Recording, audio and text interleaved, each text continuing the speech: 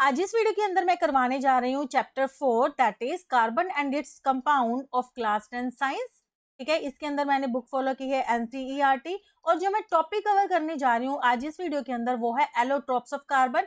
मिनटो से कार्बन किन किन फॉर्म में एग्जिस्ट करता है। अब इनकी जो फिजिकल प्रॉपर्टीज होती हैं वो तो बहुत डिफरेंट होती है बट इनकी केमिकल प्रॉपर्टीज सेम है। Hello everyone, welcome back to my channel SK studies. My name is Sarabjit Kaur and चलिए हम वीडियो को स्टार्ट करते हैं। Allotropes of carbon. अब सबसे पहले ये एलोट्रोप होता क्या? ठीक है, टू और more different physical forms in which an element can exist.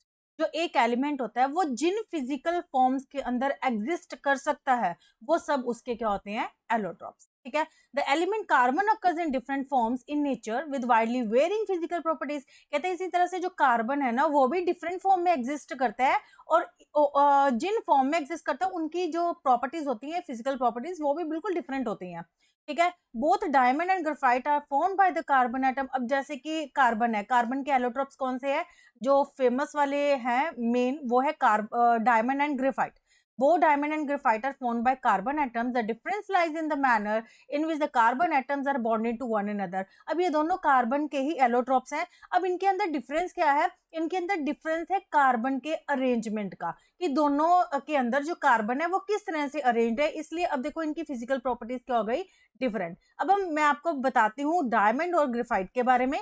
देखिए, एलोट्रोप्स ऑफ कार्बन हमारे पास मेन जो है वो है डायमंड एंड ग्रेफाइट।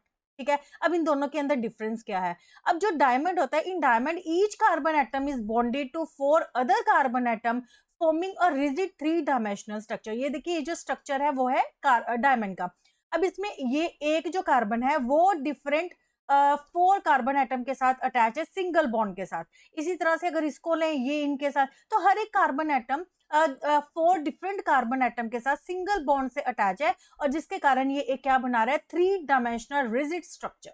ठीक है, और अगर हम ग्रेफाइट की बात करते हैं, in graphite each carbon atom is bonded to 3 other carbon atoms in the same plane having a hexagonal array. कहते हैं ग्रेफाइट के अंदर क्या होता है कि इसके अंदर जो एक कार्बन होता है वो 3 डिफरेंट कार्बन एटम्स के साथ अटैच्ड होता है और वो एक हेक्सागोनल एरिया बनाते हैं।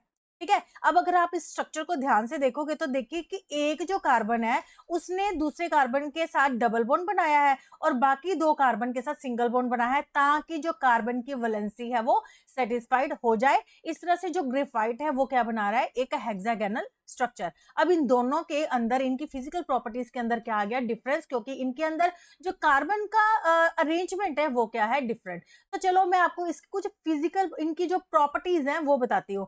These two different structures result in diamond and graphite having very different physical properties even though their chemical properties are the same. अब देखिए दोनों बने तो कार्बन से ही है इसलिए उनकी जो केमिकल प्रॉपर्टीज हैं वो सेम होंगी, बट क्योंकि इसके अंदर कार्बन का जो अरेंजमेंट है वो डिफरेंट है इसलिए इन दोनों की फिजिकल प्रॉपर्टीज क्या है?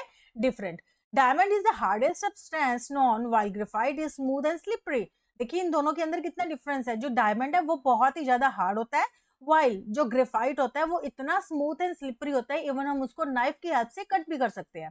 ठीक है, तो graphite is also a very good conductor of electricity. अब जो ग्रेफाइट है वो बहुत मतलब अच्छा कंडक्टर है इलेक्ट्रिसिटी का, बट डायमंड नहीं है। ठीक है, it is not, diamond is not a good conductor of electricity.